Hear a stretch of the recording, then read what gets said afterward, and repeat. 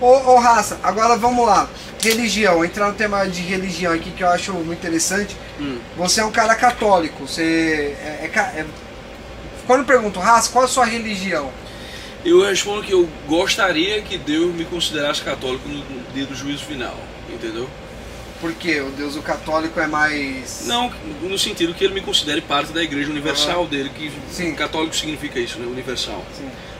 Então eu espero que ele me reconheça como um dos dele e que ele tipo, me chame para passar a eternidade com ele. Então você tem a comunhão com o catolicismo. Sim.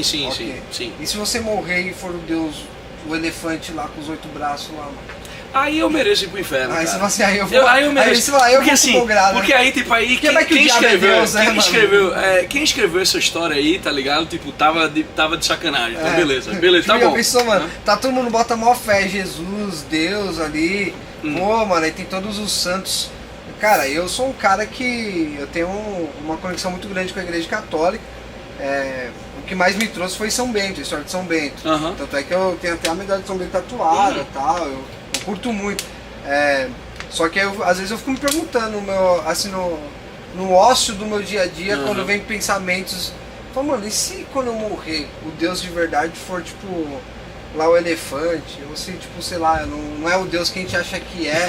eu fico viajando, falei, mano, eu penso que loucura isso. Cara, mas você como um cara que já pelo, sei lá, 20 minutos de conversa que a gente tá tendo, eu já vi que você é um cara muito culto. Então você talvez vai poder dar até opinião melhor que alguns padres que eu já conversei.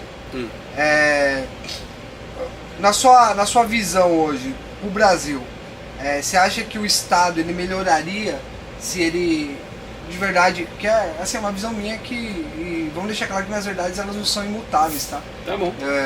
Mas aí de falar, o Estado é laico. Eu vejo que pela métrica, assim, aí não é. Né? Em que sentido? Tipo, assim, na verdade é a herança cultural que a gente tem, tá ligado?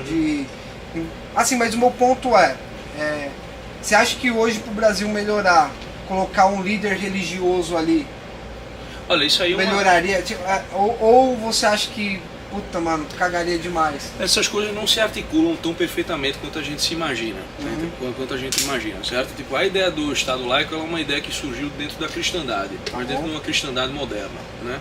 Durante muito tempo o modelo foi o modelo que incorporava tanto a ideia da República de Platão, de você ter uma aristocracia filosófica, atlética e virtuosa, a sociedade perfeita, combinado, e que ela dá errado mesmo assim, né? Com a questão da santificação, porque para Sócrates não existia ainda a ideia de santificação, existia uma espécie de bem-aventurança que era a vida de contemplação filosófica, a vida bem-aventurada, bem-aventurado, sim. Era nesse sentido, era a prática das virtudes, né? Que muito se fala sobre isso hoje em dia. Dentro do catolicismo surge então a ideia do rei santo, da ideia de um monarca que seja um exemplo de virtudes, né? Um exemplo de virtudes não só cardeais, mas de virtudes teologais também, caridade, esperança, fé. Que um dos exemplos maior é São Luís, rei de França, né?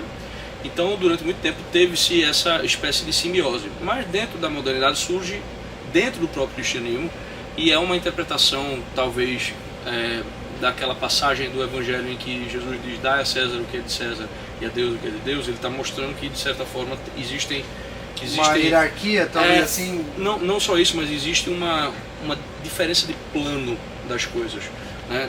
Santo Agostinho vai falar. Uma excelente analogia para essa. Cara, é interessante. Existe uma diferença de plano. Existe a história da cidade de Deus, como Santo Agostinho coloca, e a cidade dos homens. Existe uma diferença entre a lei temporal e a lei eterna. A lei temporal deve fazer referência à lei eterna, mas por vezes ela vai entrar em conflito, porque tal é a essência da nossa realidade. Ela é conflituosa, ela é cheia desses percalços. Por exemplo, a Bíblia diz: não matarás. No entanto, durante muito tempo foi legítimo você ter pena de morte. Hoje em dia a gente já não acredita mais nisso, né? Mas, que as cruzadas, por exemplo. Esse é um assunto. Aí é uma coisa que eu tô viajando aí. Não, esse é um assunto mais complicado, porque as cruzadas tem muita mentira que é contada a respeito, e tem, obviamente, erros ali, né? Mas também tem seus acertos. E aí para falar sobre eles demoraria muito. Sim, a gente mas ia o pra outro ponto, caminho. mas o ponto, a sua pergunta foi, se tivéssemos um governante religioso e isso. tal. Depende do que você quer dizer com o religioso. Se você está falando de uma pessoa que pratique a fé de fato, que seja uma pessoa virtuosa, que não... a gente tá falando de um cara, a gente tá fazendo análise de um cara santo. Porque qual que é a grande coisa? Um cara santo, ele não vai querer um cargo político. Ele não vai querer poder. Não, tipo, vai ser... Ele... ele tá orientado, ele tá orientado para essa... Então ele só pode fazer isso se isso vier como, esse é o seu dever, tá entendendo? Isso é uma coisa que ninguém mais pode fazer que não você, que é o que a gente chama de vocação. Né?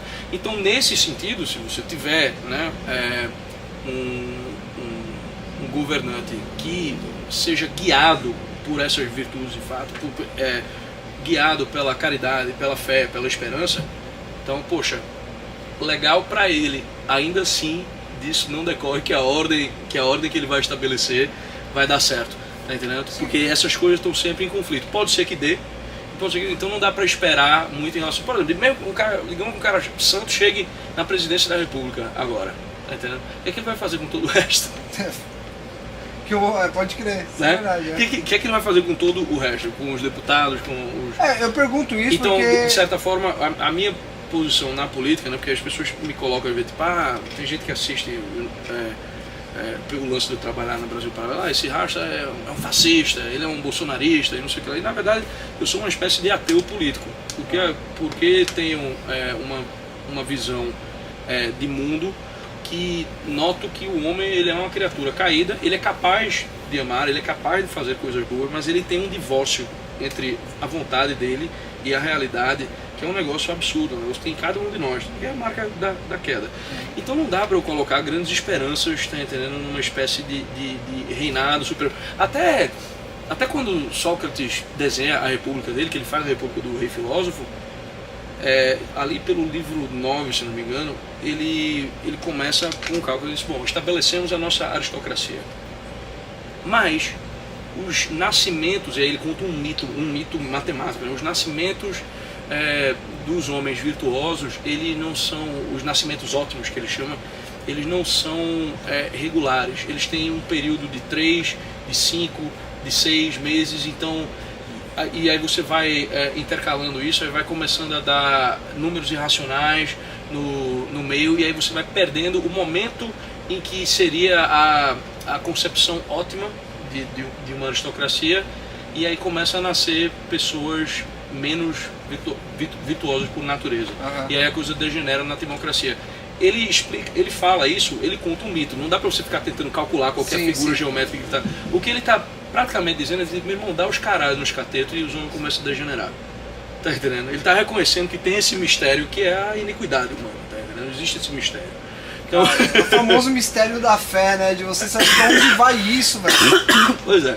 Eu consegui te trazer num ponto que eu queria. Tá. Porque eu queria trazer o Raça nesse ponto de fazer esse cara falar e o pessoal tá em casa assistindo, ou no metrô, sei lá onde. Fala, mano, que cara. Ele tá falando, mano, esse cara tem um conhecimento fodido. E aí vai vir aquele plot twist. Aí a gente vai chegar na parte do Rasta músico. Eita. Porque assim, na minha opinião, posso ser uma ignorância total. Quando eu tô vendo um cara numa guitarra ou no teclado, no piano, eu falo, não, o cara é uma puta música.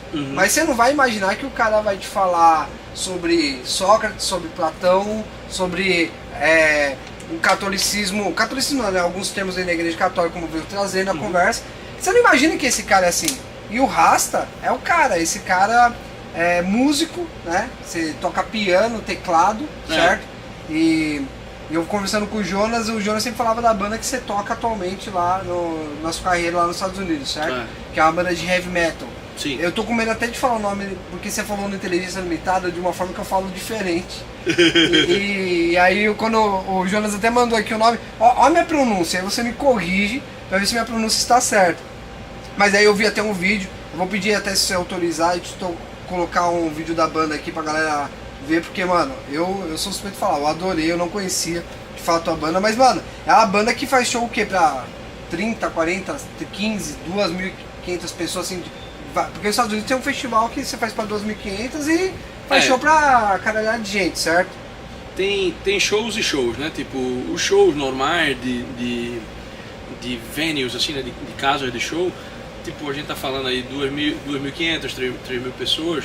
Shows de arena normalmente são 8.000, 10.000 pessoas, né? Normalmente esses shows a gente faz 2 bandas juntas, né? Que esse show é tipo um público do... É Mastodon, tô falando certo? Mastodon. Mastodon. Mastodonte, só que... Mas aí tem um significado esse nome, não? É só, Cara, eu não tipo, sei, aí tu tem que é perguntar, tipo- eu tenho que perguntar pra ele, tu tem que perguntar pra eles, é que eu sou só um cara que toca com eles, entendeu? Pode crer. E aí eu vi você pode colocar aqui um videozinho ou não? Cara, pode, não sei se dá problema de... Só se vocês derem strike na gente, aí Ah, derruba. então deixa bom,